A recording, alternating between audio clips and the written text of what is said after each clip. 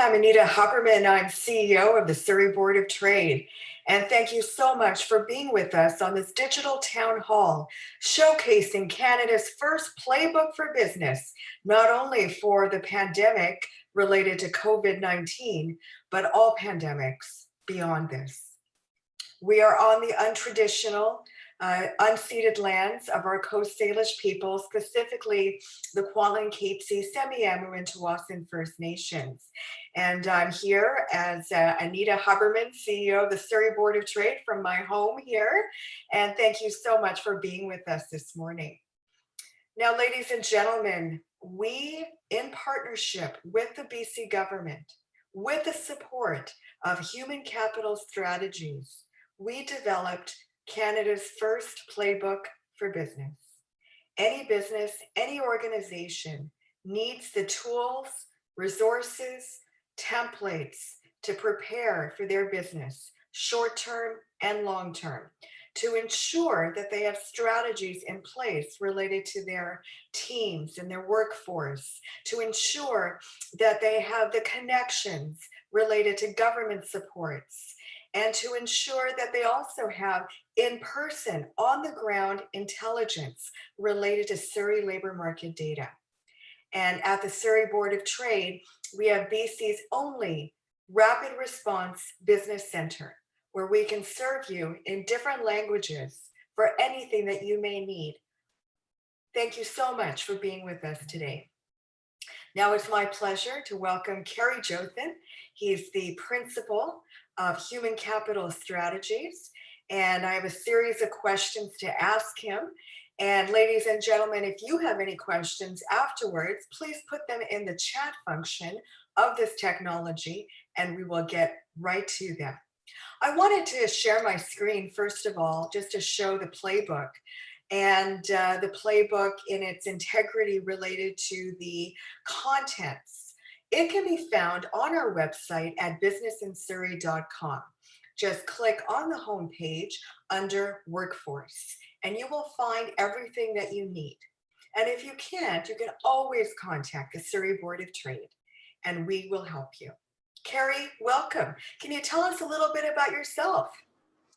Good morning, Anita. Thank you. I'm principal of Human Capital Strategies, born and raised in Surrey. For the last 42 years, I've been involved in human capital related projects. And for the last 20 years, I've had my own consulting company, and very pleased to be involved in this project with the Surrey Board of Trade. I have a question for you, Anita, before you ask me some. What is the difference between the Surrey Board of Trade and the Pittsburgh Steelers? Well, we're a business organization and they're a football club. And Surrey Board of Trade hasn't lost a game yet. That's true. Very good. Love the football analogy. Thank you so much, Kerry. Kerry, why was it so important at the start of the pandemic to have a playbook for business? Very good question. When the pandemic first hit, when we go back to March and April 2020, everyone, not just businesses, but communities, individuals, families were overwhelmed with what they were starting to see. People were being laid off, employers were being forced to close or slow down their operations because of health orders, etc. We felt to provide a tool that particularly smaller businesses that aren't necessarily connected to an HR department or an association could have a resource, a very easy, simple toolkit or playbook to go to see what their readiness is, see where they are on the continuum, and go to different parts of the playbook in a very easy, navigatable way.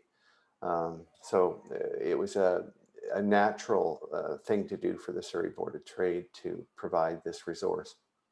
And certainly when the pandemic hit us in the middle of March, the Surrey Board of Trade, we invoked ground zero principles. All of the staff was phoning members, responding to questions from different stakeholders, really at all hours of the day. And we were searching for that information for our business community, for our not-for-profits. And now it's all in one resource, right online, and also with staff in-person resources and updated regularly, I might add. Why is the playbook so special? And if you can just speak to about the collaboration that both of us did in terms of engagement with the community to create this product. Well, we, from early August through to September, for two months intensively, we did a lot of research and also included engagement with about 40 employers and other stakeholders in Surrey in particular. We had a panel of about 12 business leaders that were on that we met with several times, plus 3 committees as part of this project. So in total, about 40 people from different companies and organizations in Surrey. We also consulted with WorkSafe BC, with different industry organizations, with different government organizations. And we have in this one toolkit a huge amount, a ton of information. And we've tried to provide it in a way that is easy for the user to navigate and move around and find what they need and apply it to their situation. But we had many hours of invaluable input from businesses in Surrey as we were developing this tool. The other added value that the Surrey Board of Trade engaged in during the pandemic that led a lot of input into this playbook is threefold. Number one is the Surrey Board of Trade. We're one of 9 organizations as part of the Premier's Economic Recovery Council. So we were very familiar with gaps and opportunities related to the pandemic. We were also dealing right into the Prime Minister's office in an ongoing way, doing the very same thing. And we formed a Surrey Economic Recovery Coalition in partnership with other organizations, meeting with Surrey's emergency response team on a weekly basis in some cases. So that really gave us a lot of on-the-ground intelligence into the development of this playbook, and still in an ongoing way. And Carrie, one of the things around this playbook is that on the ground intelligence. You know, the business community, the future is so uncertain. It's so hard to create a budget. It's so hard to create a business plan. We don't know whether, to hire more staff or, do we have to let them go? But tell us a little bit about some of the on-the-ground intelligence resources that this playbook, but also our website portal at businessinsurrey.com continues to deliver to help business and provide them with that intelligence. Yes, this playbook is supported by some other key aspects of this overall project that the Surrey Board of Trade is leading. In late October, just before we finalized this playbook, we created or executed the first pulse survey of employers in Surrey, and we'll be doing that every second month. The next one's in January, but we had right up-to-date data in late October on what businesses were experiencing in Surrey. Vis-a-vis the pandemic and workforce and operational issues.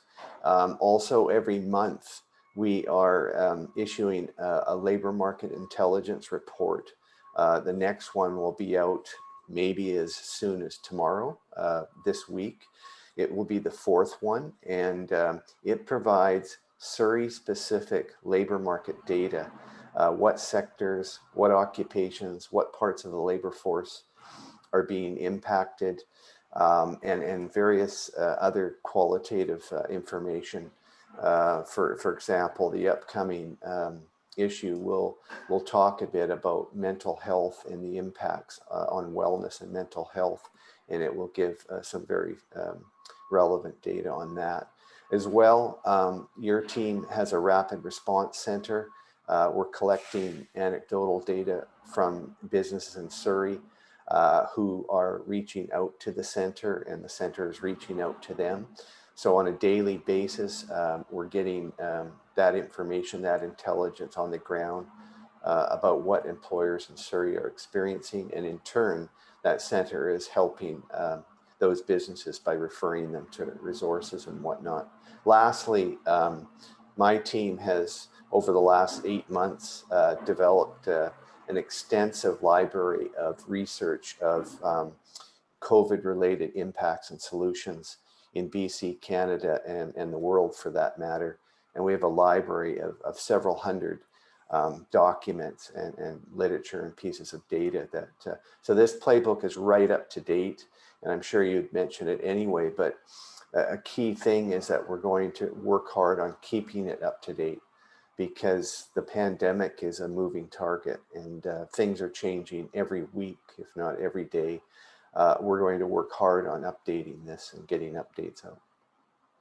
So when the pandemic hit, most businesses were forced to shut down. Many businesses were allowed to stay open during an essential service order. And of course, Surrey's diverse industry base benefited from that. Surrey remains an opportunity city where our manufacturers, for example, were able to continue to ship goods locally, nationally, and internationally. Our construction and development sector continues to thrive. And so, even for those businesses and businesses that reopened, for example, in June or July, or that have to now continue to monitor their health and safety plans to ensure business readiness. And I just want to understand, Carrie, how does this playbook continue to offer support in terms of health and safety protocols for a business, for an organization? Because some might say, oh, I have WorkSafe BC, they have my plan, and that's about it. But how can this take it a step further and make businesses and organizations a leader? Well, in a few ways. First of all, this is not the last crisis or even the last pandemic. So the resilience and agility that businesses in Surrey are building during this experience, and hopefully reinforced by the playbook and other Surrey Board of Trade tools, will put businesses in, it will well position them for the future, even beyond the pandemic. So when we talk about, what is business resilience and what can be done to build that, when we talk about workforce planning and looking at your needs, not just today, but in the future, when we talk about keeping on top of safety protocols, government programs and funding, training programs, other resources, that is an ongoing activity that businesses will need to become better and better at as we move out of this pandemic and into the so-called next normal. So the playbook, the things that we're talking about in terms of business resilience and that agility, leadership skills, wellness, mental health, those things will become increasingly important. And we hope that the playbook in a small way contributes to helping businesses with that. Under Section D, workforce strategies, we were really quite leaders before the pandemic hit us. Last October, we released Surrey's first ever labor market intelligence report, Surrey's first workforce strategy up until 2029, which still remains relevant in terms of skills. In terms of a shortage of labor that industries will still continue to face even post pandemic. So, when we're talking about workforce strategies, Carrie. What is it that businesses need to pay attention to as it relates to their staff for short-term and long-term planning? And how can this playbook really help with that? Well, there's a number of things. First of all, is businesses establishing at what level of readiness they are today or when they think about this. And this playbook talks about that and helps them sort of assess a self-assessment about where their readiness is vis-a-vis the pandemic and workforce issues, and how to deal with the gaps. It helps them, one of the starting points is, as you mentioned, those health and safety protocols, making sure they're on top of the latest safety protocols, the latest public health orders to the extent that they impact their business. And then secondly, their workspace. Even before their workspace, do they still have a remote workforce? What can they do to engage their workforce if they're not back at work? If they are back at work, how can they have a safe workspace? We've tapped into the expertise of a company called Aura to talk about workspace readiness, which is important. And then there's planning and looking ahead in terms of what staff changes or what staff increases do you need in what areas? How are you going to do recruiting and onboarding in this kind of world? How are you going to retain workers? We talk about that. Mental health is much more an important workforce topic than it has been in the past, and wellness more generally. So the playbook gives some advice about how to focus on that, and how, as a leader or a small business owner, how you can focus more on some of these things. And it gives very specific practical tools in the form of checklists, templates, and success stories. We have in here already some success stories from Surrey businesses as well as other businesses that can be learned from. I think one of the unique elements of this COVID-19 playbook for business is around office space planning. And you saw so many offices, for example, with the open concept, and that was the future in terms of productivity. And really, with the pandemic and everything related to that, that has really changed. And so, in this playbook, ladies and gentlemen, are some fabulous office space planning tips that really align to productivity in the workplace. We had the expertise of Aura, which is an expert team of planners that work with our development and construction community here in Surrey, where it is their job to ensure office space planning and aligning it with bottom line productivity, which is really what we all need to focus on. We've lost so much revenue during this pandemic, and we're looking at ways to do things better, more efficiently, but also to ensure that we have the workforce with the right skills, the right projects to do what is needed for our respective businesses and our organizations.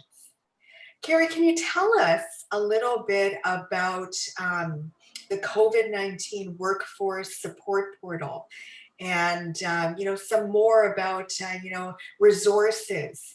You've embarked on a project also with our provincial chamber of commerce for a more regional playbook strategy, and which kind of builds off of this one of a kind playbook that you and I have developed. Can you tell us a little bit about that? First, if it's not already apparent, this is something special that you have in Surrey here.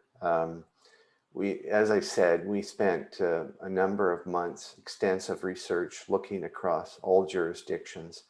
I can tell you there is not a Surrey playbook like this one in any other locale in Canada, and maybe in the US.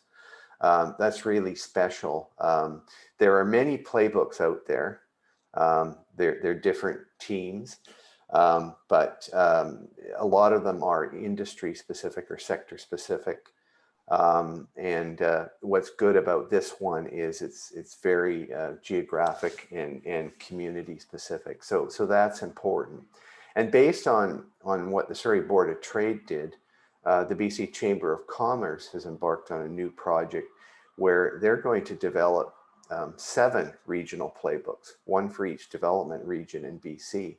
It will have some common content, but each of them will have some very region specific content, because as you know, the pandemic has had different impacts in different regions. Different regions are composed of different types of industries and different realities in those regions. So really, the Surrey Board of Trade has been leading the way here. And now the BC Chamber of Commerce project will leverage off of that and do this for small businesses in particular in every 7 of the 7 regions in BC. Well, yes, that's what we heard on the Premier's Economic Recovery Council as well, that the pandemic and its impacts vary throughout the province. Things are very different in the north, for example, as it relates to our Indigenous communities and the supports that they need related to businesses and organizations and their communities.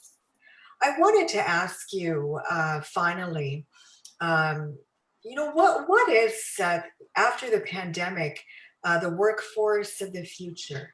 What is it that leaders and their team members need to focus on? We in Section F, we have a variety of workforce resources related to health and wellness, legal, etc.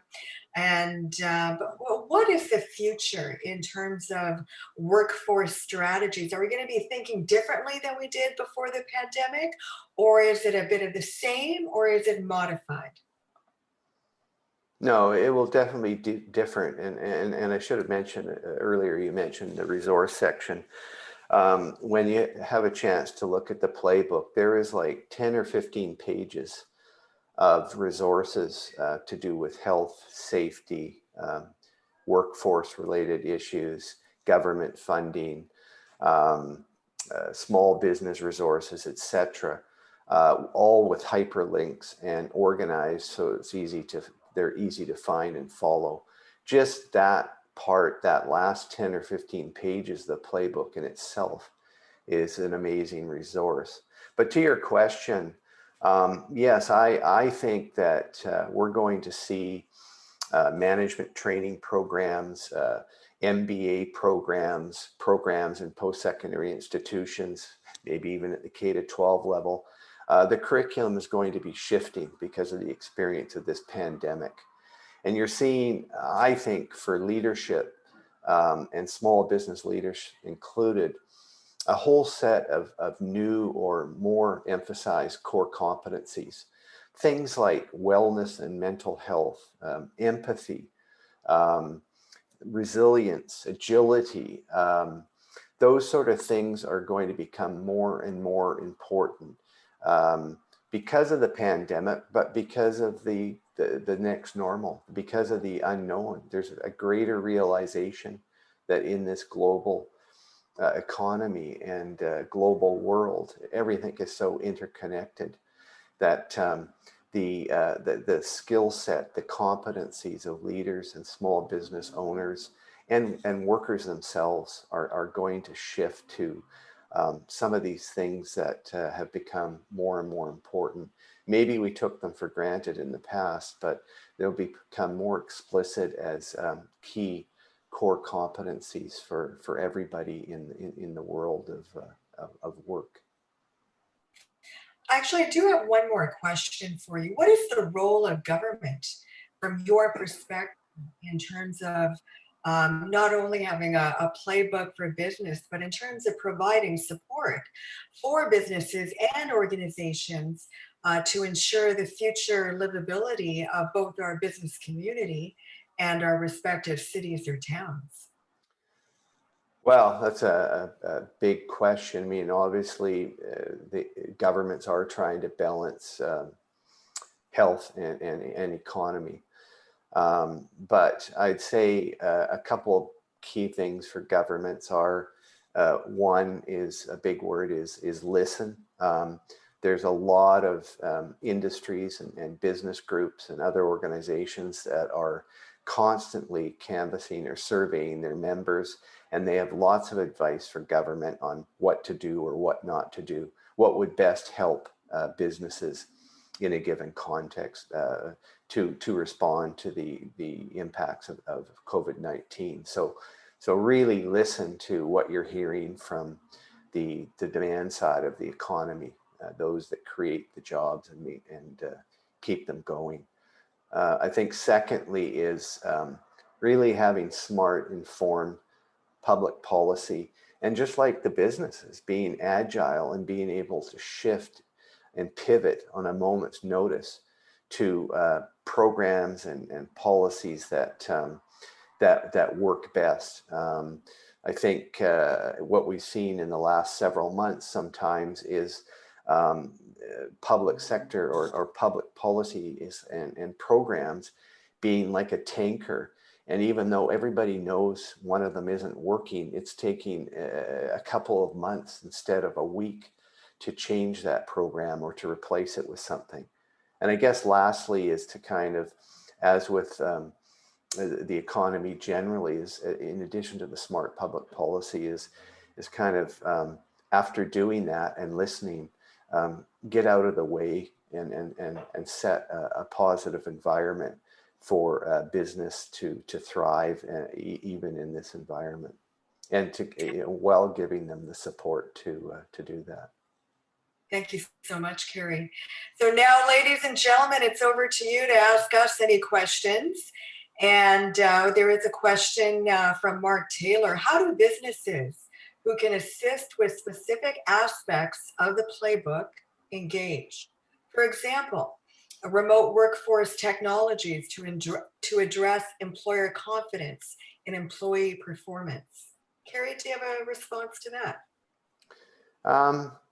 Yeah, it's a very good question. And it makes me think of a few other things which I'll follow up with. But I think one thing is tell the Surrey Board of Trade, tell us about the resource that you're referring to. We can certainly, if it makes sense, build it into the playbook, like in the resource section. I think the other thing is through the Surrey Board of Trade Rapid Response Center. Your staff are keeping track of all the businesses that they're talking to and connecting one another where they have some common needs or common interests. So maybe connecting businesses like that to the Rapid Response Center so that they can connect those businesses in turn to others who may need that. But to start first, I'd say is I'd be interested in hearing more about that in case there's things that can be updated in the playbook. And if I can just add, this is the thing about the pandemic and businesses. You know, we're focused a lot on the threats and the negative impacts, but there's lots of opportunities also. And so when you think of this as part of the planning and looking ahead, but I'm sure smart business people like you listening or in this meeting and elsewhere are thinking ahead, thinking about the vaccine process, the vaccine supply chain.